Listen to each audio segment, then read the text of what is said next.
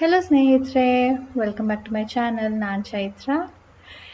ಇವತ್ತು ಸ್ನೇಹಿತರೆ ನಾವು ಟ್ರಿಪ್ಗೆ ಹೊರಡೋ ದಿನ. 3 ವರ್ಷದ ಮೇಲೆ ನಾವು ಟ್ರಿಪ್ ಹೋಗ್ತಾ ಇರೋದು. ಲಿಟ್ರಲಿ ಸ್ನೇಹಿತರೆ, ನನಗಂತೂ ತುಂಬಾ ಬೇಜಾರಾಗ್ಬಿಟ್ಟಿತ್ತು, ಎಲ್ಲೂ ಹೋಗದೆ. ಕೊರೋನಾ ಬಂತು ಅಂತ ನಾವು ಸ್ಟಾಪ್ ಮಾಡಿದ್ದು. ಈಗ ಫಸ್ಟ್ ಟ್ರಿಪ್ ಹೊಡಿತಾ ಇದ್ದೀವಿ ಆಫ್ಟರ್ ಕರೋನಾ. ಸೊ ಎಲ್ಲಿಗೆ ಹೋಗ್ತಾ ಇದ್ದೀವಿ ಇವತ್ತು ನಿಮಗೆ ನನ್ನ ವ್ಲಾಗಲ್ಲಿ ಗೊತ್ತಾಗುತ್ತೆ. ಆ್ಯಂಡ್ ಇವತ್ತು ನಾವು ಟ್ರಾವೆಲ್ ಮಾಡ್ತಾ ಇರೋದು ಟ್ರೈನಲ್ಲಿ. ಟ್ರೈನ್ ಬುಕ್ಕಿಂಗ್ ಆಗಿದೆ. ಟ್ರೈನ್ ಇರೋದು ನಮಗೆ ಆಲ್ಮೋಸ್ಟ್ 6:45ಗೆ ಅಂದ್ಕೊಳ್ಳಿ. ಹಾಗಾಗಿ ರಾತ್ರಿ ಊಟಕ್ಕೆ ನಾನು ಮನೆಯಿಂದನೇ ಮಾಡ್ಕೊಂಡು ಹೋಗ್ತಾ ಇದ್ದೀನಿ. ರಾತ್ರಿಗೆ ಅಲ್ಲಿಂದನೇ ತೊಗೊಳ್ಬೋದು, ಬಟ್ ಟ್ರಿಪ್ಪಲ್ಲಿ ಫುಲ್ಲು ಹೊರಗಡೆ ಊಟನೇ ಆಗುತ್ತೆ. ಯಾಕೆ, ಮನೇಲೇ ಏನಾದರೂ ಯಮ್ಮಿ ಮಾಡ್ಕೊಂಡು ಹೋಗೋಣ. ನಮಗೆ ಮನೇಲಿ ತಿನ್ನೋದಕ್ಕಿಂತ ಈ ಥರ ಹೊರಗಡೆ ಹೋದಾಗ ತಿನ್ನೋದಕ್ಕೆ ಎಷ್ಟು ಖುಷಿ ಆಗುತ್ತೆ ಗೊತ್ತಾ. ಎಸ್ಪೆಷಲಿ ಟ್ರೈನಲ್ಲಿ ತಿಂತಾನೇ ಇರಬೇಕು ಅನಿಸುತ್ತೆ. ಹಾಗಾಗಿ ಇವತ್ತು ಮನೆಯಲ್ಲೇ ಯಮ್ಮಿ ಫುಡ್ನ ಪ್ರಿಪೇರ್ ಮಾಡ್ತಾ ಇದ್ದೀನಿ. ಆ್ಯಂಡ್ ನೀವು ನನಗೆ ನೋಡ್ಬೋದು, ನಾನು ಹೇರ್ ಕಲರ್ ಹಚ್ಕೊಂಡಿದ್ದೀನಿ. ಅಂದರೆ ಹೇರ್ ರೀಗ್ರೋತ್ ಆಗ್ತಾ ಇದ್ದಂಗೆ ಆ ಗ್ರೇ ಹೇರ್ಸ್ ಕಾಣೋದಕ್ಕೆ ಶುರು ಆಗುತ್ತೆ. ಹಾಗಾಗಿ ನಾನು ಇವತ್ತೊಂದು ದಿನ ಇದು ಹೇರ್ ಕಲರ್ ಅಂದರೆ ನ್ಯಾಚುರಲ್ ಹೇರ್ ಕಲರ್ ಅಂದರೆ ಮೆಹಂದಿ, ಇಂಡಿಗೋ ಪೌಡರ್. ಸೊ ನೀವು ನನ್ನ ಬ್ಯೂಟಿ ಟಿಪ್ಸ್ ಪ್ಲೇಲಿಸ್ಟಲ್ಲಿ ಚೆಕ್ ಮಾಡ್ಬೋದು. ಇದರ ಡೀಟೇಲ್ಸ್ ನಾನು ಶೇರ್ ಮಾಡಿದ್ದೀನಿ. ಸೊ ಇದು ನಾನು ಕುಕ್ ಮಾಡಿ ಆದಮೇಲೆ ಸ್ನಾನ ಮಾಡಬೇಕು, ಆಮೇಲೆ ರೆಡಿ ಆಗಬೇಕು. ಸೊ ಬನ್ನಿ ಸ್ನೇಹಿತರೆ, ಇವತ್ತಿನ ದಿನ ಹೇಗಿರುತ್ತೆ ನೋಡೋಣ. ಇದು ಸ್ನೇಹಿತರೆ ಕ್ಯಾಪ್ಸಿಕಮ್ ಪಲ್ಯ, ಅದ್ರ ಜೊತೆ ಸ್ವಲ್ಪ ಕ್ಯಾಬೇಜ್ ಹಾಕಿದ್ದೀನಿ. ಈಗ ಕೆಚಪ್ ಸೇರಿಸ್ತಾ ಇದ್ದೀನಿ. ಸಖತ್ ಟೇಸ್ಟಿಯಾಗಿರುತ್ತೆ. ಟ್ರಾವೆಲ್ ಮಾಡಬೇಕಾದ್ರೆ ಅಂತೂ ಇನ್ನೂ ಚೆನ್ನಾಗಿರುತ್ತೆ. ಇದು ನಾನು ಮೊದಲೇ ಶೇರ್ ಮಾಡಿರೋದ್ರಿಂದ ಇವತ್ತು ಶೇರ್ ಮಾಡಿಲ್ಲ. ಬಟ್ ಸ್ಟಿಲ್ ನಿಮ್ಗೆ ಇದೇನಾದರೂ ಗೊತ್ತಿಲ್ಲ, ನಮಗೆ ಸಿಗಲಿಲ್ಲ ಅನ್ನೋ ಹಾಗಿದ್ರೆ ನೆಕ್ಸ್ಟ್ ಮಾಡಬೇಕಾದ್ರೆ ಶೇರ್ ಮಾಡ್ತೀನಿ, ತಿಳಿಸಿ ಓಕೆ ಕಮೆಂಟಲ್ಲಿ. ಇದು ರಾಜೇಶಕ್ಕೆ ಟೇಸ್ಟ್ ಮಾಡಿಸ್ದೆ ಹೇಗಿದೆ ಅಂದ್ಬಿಟ್ಟು. ಅವರಂತೂ ನೀನು ರೆಸ್ಟೋರೆಂಟ್ ಇಟ್ಟರೆ ಕಣೋ ತುಂಬ ಚೆನ್ನಾಗಿ ಕ್ಲಿಕ್ ಆಗುತ್ತೆ, ಇಡೋಣ ವಾ ಅಂತ ಹೇಳಿದ್ರು. ಸಾನುಗೆ ಸ್ವಲ್ಪ ಸ್ಟೀಮ್ ಕೊಡಿಸ್ತಾ ಇದ್ದೀನಿ. ಅಲ್ಲಿ ಹೋದ್ಮೇಲೆ ಕೊಡ್ಸೋಕ್ಕಾಗೋದಿಲ್ವಲ್ಲ, ಅದಕ್ಕೆ ಅಟ್ಲೀಸ್ಟ್ ಇವತ್ತಿನ ದಿನ ಆದರೂ ತೊಗೊಂಡ್ಬಿಡ್ಲಿ ಅಂದ್ಬಿಟ್ಟು. ಅವಳು ದಿನ ಸ್ಟೀಮ್ ತೊಗೊಳ್ಳೇಬೇಕು, ಇಲ್ಲ ಅಂದರೆ ಅವಳಿಗೆ ಮೂಗು ಕಟ್ಟದಂಗೆ ಆಗುತ್ತೆ. ಒಂದು 10 ನಿಮಿಷ ತೊಗೊಂಡ್ಬಿಡು ಮಗಳೇ, ಇನ್ನು ಟ್ರಿಪ್ಗೆ ಹೋದರೆ ನೀನು ಫುಲ್ಲು ಫ್ರೀ, ಅಲ್ಲೇನು ತೊಗೊಳಂಗೆ ಇಲ್ಲ ಅಂದ್ಬಿಟ್ಟು ಪೂಸಿ ಹೊಡೆದ್ಬಿಟ್ಟು ಈಗ ಸ್ಟೀಮ್ ತೊಗೊಳೋದಕ್ಕೆ ಅಂದ್ಬಿಟ್ಟು ಕೂರಿಸಿದ್ದೀನಿ. ಬಿಸಿ ಬಿಸಿ ಚಪಾತಿ ಪಲ್ಯ ಸ್ನೇಹಿತರೆ, ನಂಗೆ ಎಷ್ಟು ಟೆಂಪ್ಟಿಂಗ್ ಆಗ್ತಾಯಿತ್ತು ಅಂದರೆ ಇಲ್ಲೇ ತಿಂದ್ಬಿಡ್ಲ ಅನ್ನಿಸ್ತಾ ಇತ್ತು. ಸಾನುಗೆ ಜಸ್ಟ್ ಚಪಾತಿ ಕೊಡೋದಕ್ಕಿಂತ ಈ ಥರ ರೋಲ್ ಮಾಡಿ ಕೊಟ್ಟರೆ ಅವಳಿಗೆ ತುಂಬ ಖುಷಿ ಆಗುತ್ತೆ, ತುಂಬ ಇಷ್ಟಪಟ್ಟು ತಿಂತಾಳೆ. ಅದಕ್ಕೆ ನೋಡಿ ನಾನು ರೋಲ್ ಮಾಡ್ಕೊಳ್ತಾ ಇದ್ದೀನಿ. ಅದ್ರ ಜೊತೆ ಸ್ವಲ್ಪ ಎಕ್ಸ್ಟ್ರಾ ಕೆಚಪ್ ಕೂಡ ಹಾಕ್ತಾ ಇದ್ದೀನಿ. ಅವಳಿಗೆ ತುಂಬಾ ಇಷ್ಟ ಅಂತ ಅಂದ್ಬಿಟ್ಟು ದಿನಾನು ಏನು ಕೊಡೋದಿಲ್ಲ, ಇವತ್ತು ಅಪರೂಪಕ್ಕಷ್ಟೇ. ಆ್ಯಂಡ್ ನಮಗೆ ನಾನು ಜಸ್ಟ್ ಪಲ್ಯ ಒಂದು ಡಬ್ಬದಲ್ಲಿ ಹಾಕ್ಕೊಂಡಿದ್ದೀನಿ, ಚಪಾತಿ ಒಂದು ಪ್ಯಾಕ್ ಮಾಡ್ಕೊಂಡಿದ್ದೀನಿ ಅಷ್ಟೇ. So ready travel food. ಈಗ ಸ್ನೇಹಿತರೆ ಸ್ನಾನ ಮಾಡಿ ಬಂದೆ, ಈಗ ರೆಡಿ ಆಗಬೇಕು. ರಾತ್ರಿ ಇವತ್ತು ಸ್ಕಿನ್ ಕೇರ್ ಮಾಡ್ಕೊಳಕ್ಕಾಗೋದಿಲ್ಲ, ಅದಕ್ಕೆ ಈಗಲೇ ಬಾಡಿ ಲೋಷನ್ನು ಮುಖಕ್ಕೆ ರಾತ್ರಿ ಮಾಡೋದೆಲ್ಲನೂ ಈಗಲೇ ಮಾಡ್ಕೊಂಡು ಬಿಡೋಣ ಅಂದ್ಕೊಂಡೆ. ಚಳಿಗೆ ಎಷ್ಟು ಡಲ್ಲಾಗಿ ಡ್ರೈ ಆಗಿ ಕಾಣುತ್ತೆ ಅಲ್ವಾ. ನಾವು ಮನೆಯಲ್ಲಿ DIY ಮಾಡ್ಕೊಳ್ಬೋದು. ಅದರಿಂದ ನಮ್ಮ ಸ್ಕಿನ್ ಯಾವಾಗಲೂ ಮಾಯ್ಶ್ಚರೈಸ್ಡ್ ಆಗಿರುತ್ತೆ. ಕೆನೆ ಬರುತ್ತಲ್ವ, ಕೆನೆ ಬೆಸ್ಟ್. ಬಟ್ ಇದು ಆಯಿಲಿ ಸ್ಕಿನ್ ಅವ್ರು ಯೂಸ್ ಮಾಡಬಾರ್ದು. ಕೆನೆನ ಜಸ್ಟ್ ಹಚ್ಕೊಳ್ಬೋದು ದಿನ, ಕೈಗಳಿಗೆ, ಮುಖಕ್ಕೆ, ಕತ್ತಿಗೆ, ಬೆನ್ನಿಗೆ ಎಲ್ಲನೂ. ಅದ್ರ ಜೊತೆ ಹನಿ ಕೂಡ ಮಿಕ್ಸ್ ಮಾಡ್ಬೋದು. ಕೆನೆ ನಮಗೆ ಒಂದು ಮಾಯ್ಶ್ಚರೈಸೇಷನ್ ಕೊಡುತ್ತೆ. ಹನಿ ಯೂಸ್ ಮಾಡೋದ್ರಿಂದ ಒಂದು ಗ್ಲೋ ಕೊಡುತ್ತೆ, ನರಿಶಿಂಗ್ ಗ್ಲೋ ಕೊಡುತ್ತೆ. ಸೊ ಇದನ್ನು ನಾವು ಡೈಲಿ ಬೇಸಿಸ್ ಮೇಲೆ ಮಾಡಿದ್ರೆ ಯಾವುದೇ ಕ್ರೀಮ್ ಹಚ್ಚೋ ನೆಸಸರಿ ಇರೋದಿಲ್ಲ. ಆದರೆ ಇದು ಡೈಲಿ ಯಾರು ಮಾಡ್ತಾರೆ ಹೇಳಿ, ಅಷ್ಟೊಂದು ಟೈಮ್ ಇರುತ್ತಾ? ಒಂಥರ ಚಿಪ್ಪಿ ಅನಿಸುತ್ತೆ, ಆಯಿಲಿ ಅನಿಸುತ್ತೆ. ಕೈ ಕಾಲಿಗೆಲ್ಲ ಹಚ್ಕೊಂಡು ನಾವು ಜಾಸ್ತಿ ಹೊತ್ತು ಇರೋದಕ್ಕೂ ಆಗೋದಿಲ್ಲ. ಇಷ್ಟೆಲ್ಲ ಗುಡ್ನೆಸ್ ನಮಗೆ ಹ್ಯಾಸಲ್ ಫ್ರೀ ಆಗಿ ನ್ಯಾಚುರಲ್ ಗುಡ್ನೆಸ್ ಇರೋವಂಥ ಒಂದು ಪ್ರಾಡಕ್ಟ್ ಸಿಕ್ಕಿದ್ರೆ ದಿನ ಯೂಸ್ ಮಾಡ್ಬೋದಲ್ವಾ. ಈಗ ಮಾಮಾಅರ್ತ್ ಅವರು ಕೆಲವೊಂದು ಕೋಲ್ಡ್ ಕ್ರೀಮ್ಸನ್ನು ಲಾಂಚ್ ಮಾಡಿದ್ದಾರೆ. ಇದು ಮಾಮಾಅರ್ತ್ ಅವರ ಹನಿ ಮಲಾಯಿ ಕೋಲ್ಡ್ ಕ್ರೀಮ್. ಇದರಲ್ಲಿ ಹನಿ ಇದೆ. ಇದು ಒಂದು ಟೈಟರ್ ಗ್ಲೋಯಿಂಗ್ ಸ್ಕಿನ್ನ ಪ್ರೊವೈಡ್ ಮಾಡುತ್ತೆ. ಮಲಾಯಿ ಇರೋದ್ರಿಂದ ಮಾಯ್ಶ್ಚರೈಸ್ ಮಾಡುತ್ತೆ, ಹಾಗೆ ಸ್ಮೂತ್ ಮಾಡುತ್ತೆ ನಮ್ಮ ಸ್ಕಿನ್ನನ್ನು. ಈ ಕೋಲ್ಡ್ ಕ್ರೀಮನ್ನು ಯೂಸ್ ಮಾಡೋದ್ರಿಂದ ಏನೆಲ್ಲ ಬೆನಿಫಿಟ್ ಸಿಗುತ್ತೆ?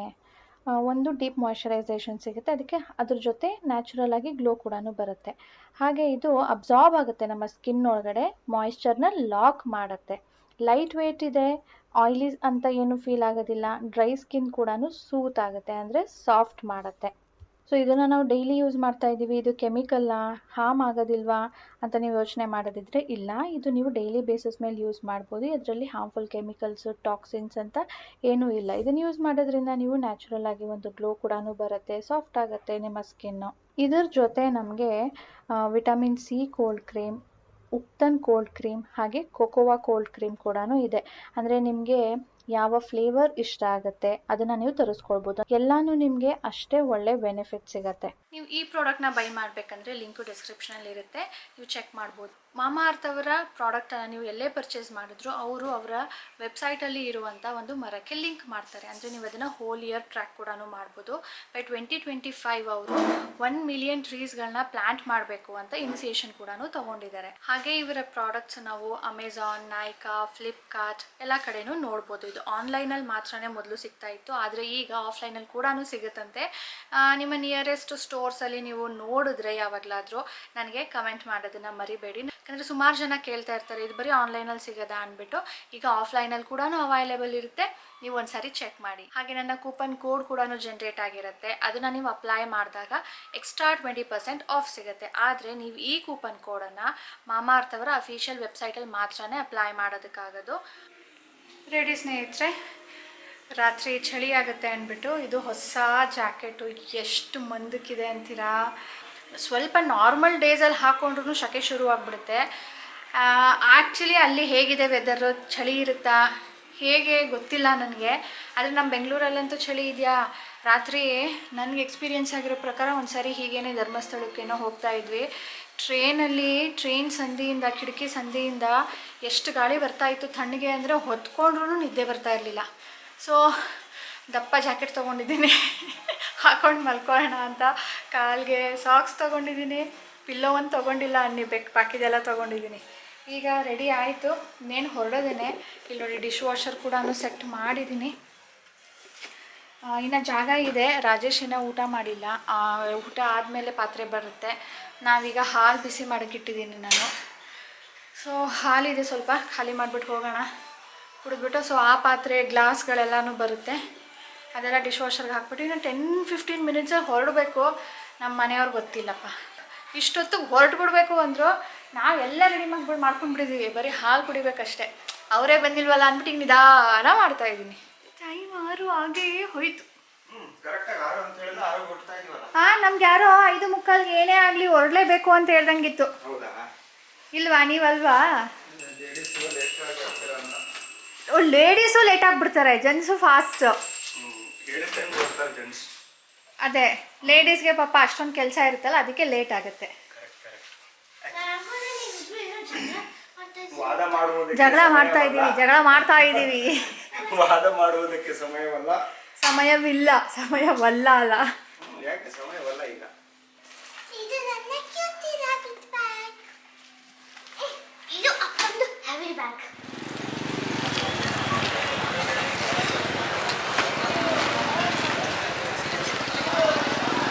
ನೋಡಿ ಸ್ನೇಹಿತರೆ, ಎಲ್ಲಿಗೆ ಬಂದ್ವಿ? ಯಶವಂತಪುರ ಜಂಕ್ಷನ್. ಅಲ್ಲೆಲ್ಲ ಯಾಕೆ ತಿರುಗ್ತಿದ್ಯಾ?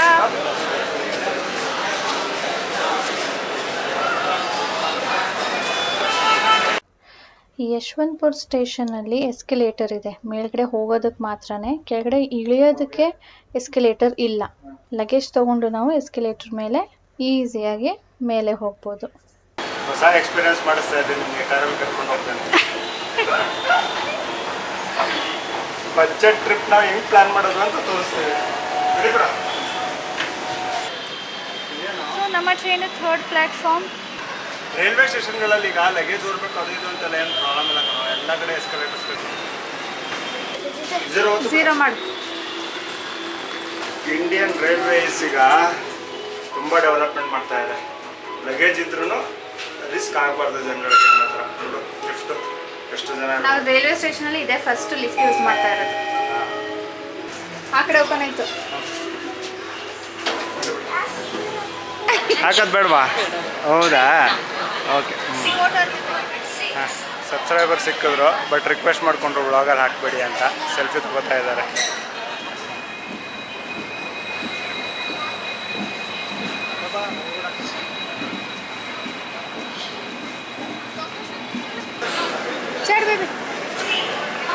ಚಟ್ ರೈಟ್ ಆಯಿತು ಚಟ್ ತುಪ್ಪ ಹತ್ತು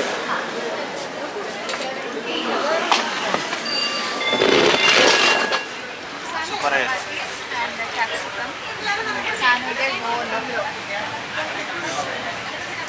ಚೆನ್ನಾಗಿದೆ.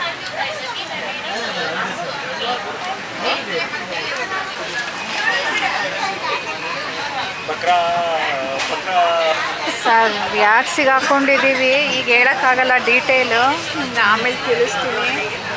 ನಮ್ಮ ಸಾನು ಮುಖ ನೋಡಿ ಹೆಂಗಾಗಿದ್ದಾಳೆ ಅಂದ್ಬಿಟ್ಟು, ಎಷ್ಟು ಖುಷಿಯಾಗಿ ಬಂದಿದ್ವಿ, ಫುಲ್ ಡಲ್ ಆಗಿಬಿಟ್ಟಿದ್ದಾಳೆ.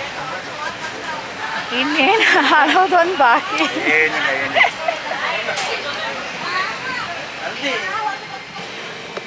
ಗುಡ್ ಮಾರ್ನಿಂಗ್ ಸ್ನೇಹಿತರೆ.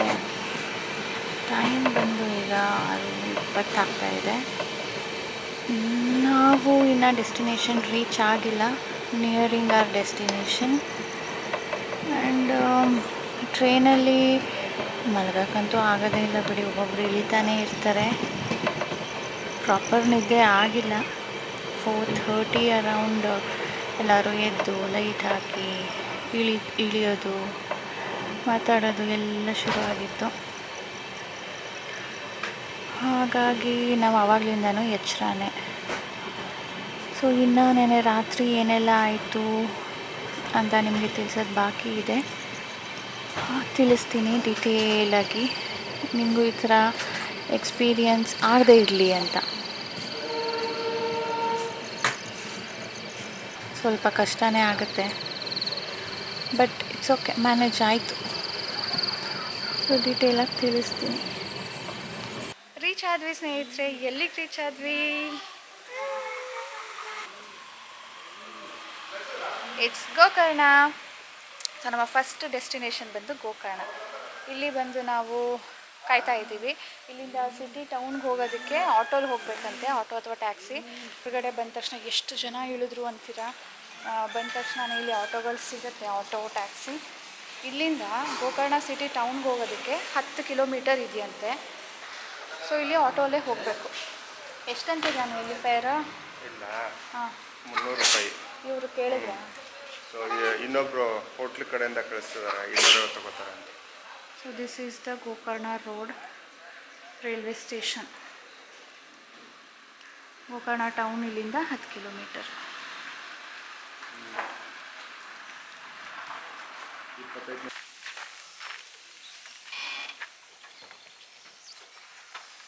ಹೋಗೋಣ ಈ ಗೋಕರ್ಣ. ಹಾಂ, ಸ್ಟಾರ್ಟ್. ಓಕೆ ಸ್ನೇಹಿತರೆ, ನೆನ್ನೆ ಜರ್ನಿ ನಮ್ಮದು ಹೇಗಿತ್ತು ಅಂತ ನಿಮ್ಗೆ ಎಕ್ಸ್ಪ್ಲೇನ್ ಮಾಡ್ತೀನಿ. ಈ ಥರ ನಿಮಗೆ ಆಗ್ಬೋದು, ಈ ಥರ ಇದು ತಿಳುವಳಿಕೆ ಇರಲಿ ಅಂತ ನಿಮಗೆ ತಿಳಿಸ್ತಾ ಇದ್ದೀನಿ. ನಮಗೆ ಇದು ಫಸ್ಟ್ ಟೈಮ್ ಈ ಥರ ಆಗಿರೋದು ಎಕ್ಸ್ಪೀರಿಯೆನ್ಸ್, ಲೈಫಲ್ಲೇ ಫಸ್ಟ್ ಟೈಮು. ಈ ಥರ ಆಗುತ್ತೆ ಅಂತಲೂ ನಾವು ಯೋಚನೆ ಮಾಡಿರಲಿಲ್ಲ. ಏನಾಯಿತು, ನಾವು ಗೋಕರ್ಣಕ್ಕೆ ಬರೋದಕ್ಕೆ ಟಿಕೆಟ್ ಬುಕ್ಕಿಂಗ್ ನಾವು ಆಲ್ಮೋಸ್ಟ್ 1 ಮಂತ್ ಅರೌಂಡ್ 1 ಮಂತ್ ಅಂದ್ಕೊಳ್ಳಿ ಬುಕ್ ಮಾಡಿದ್ವಿ. ಅದರಲ್ಲೂ ಕೂಡ ವೇಟಿಂಗ್ ಲಿಸ್ಟ್ ಇತ್ತು, 15 ಏನೋ ಇತ್ತು.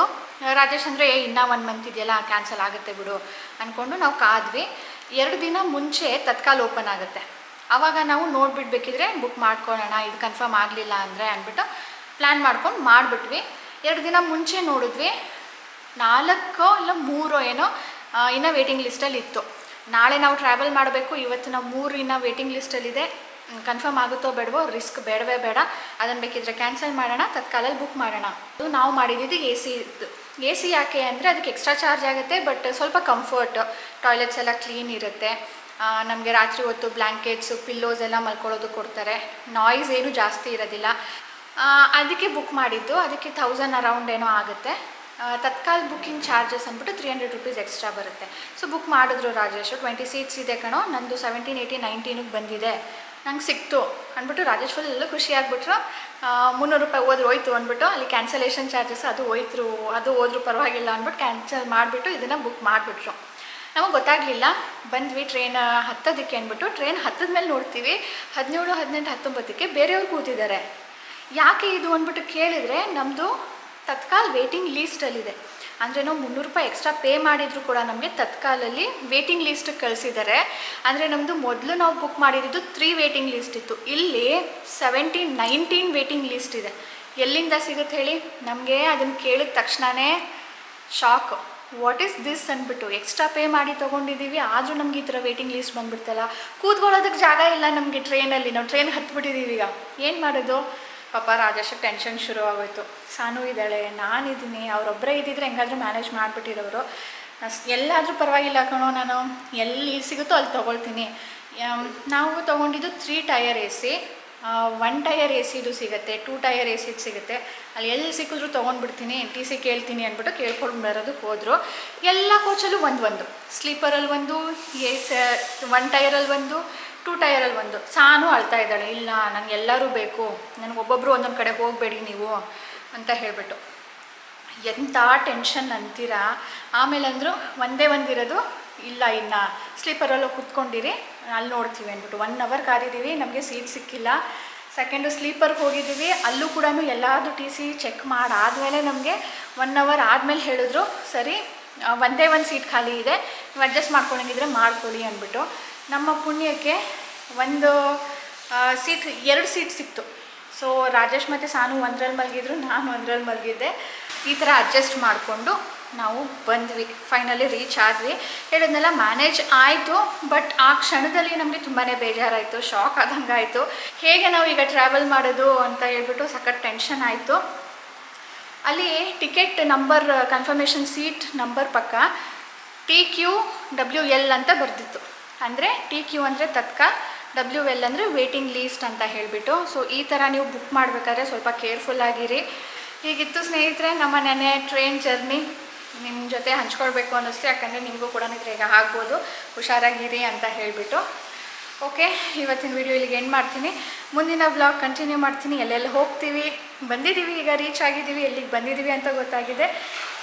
ಇಲ್ಲಿಂದ ಯಾವ್ಯಾವ ಪ್ಲೇಸ್ಗೆ ಹೋಗ್ತೀವಿ ಅಂತ ನಿಮ್ಗೆ ಆಮೇಲೆ ತಿಳಿಸ್ತೀನಿ ನೆಕ್ಸ್ಟ್ ವ್ಲಾಗಲ್ಲಿ. So please be waiting. Bye ಸ್ನೇಹಿತರೆ. Please like and share and subscribe ಮಾಡದೆ ನೋಡ್ತಾ ಇದ್ದರೆ ಪ್ಲೀಸ್ ಸಬ್ಸ್ಕ್ರೈಬ್ ಮಾಡ್ಕೊಳ್ಳಿ. ಬಾಯ್.